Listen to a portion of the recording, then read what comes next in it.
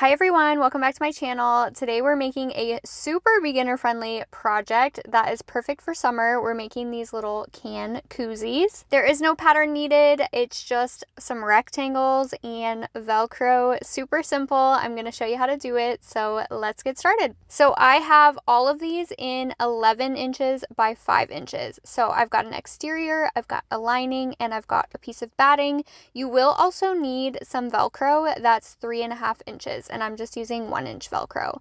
So I'm putting my batting down and then my exterior fabric on top, and then I'm going to put my lining fabric right side down, the right sides together, and I'm just going to sew a quick 1/4 inch all the way around, leaving a gap so that I can flip it right side out. This is pretty much the bulk of the project, is just sewing this little sandwich together. Like I said, a 1/4 inch all the way around, and at the corners, make sure you're leaving your needle down, picking up your presser foot and pivoting the fabric so that you stay in that nice straight line.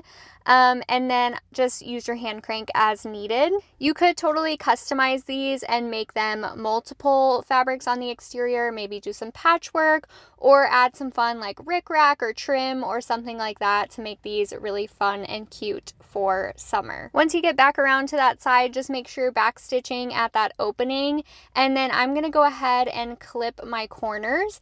This is going to make sure my corners are nice and sharp when I flip it right side out. Just make sure you're not clipping your threads, just that corner where the seam allowance is on all 4 sides. And then we're going to go ahead and flip it right side out. The important thing here is to just get the corners really nice and poked out. I typically use like a crochet hook. You could use like a chopstick, whatever you have. Just get those corners nice and poked out like so. Once you've done that on all 4 corners, we're going to take it over to the iron and give it a really good press. So press your fabric, and then we're going to have to fold in the opening. Just fold it in so that it matches up with the rest of the fabric so you have a straight line.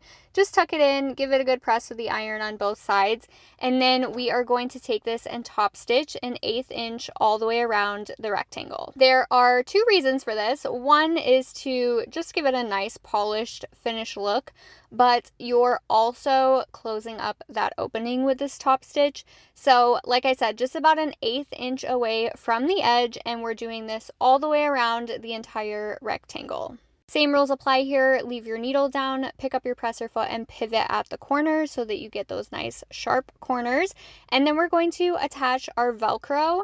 So like I said, I was using 1-inch Velcro, and it's cut to 3.5 inches long. And in order to attach this, we are making this kind of like a wrap. So you're going to need to attach one to the exterior fabric and one to the lining fabric so that you can wrap it around your can like so. And as you can see, it's pretty close to the edge. So just center it in your fabric and get it pretty close to the edge. I think I have maybe an 1/8 inch between the top stitch and where I placed my Velcro.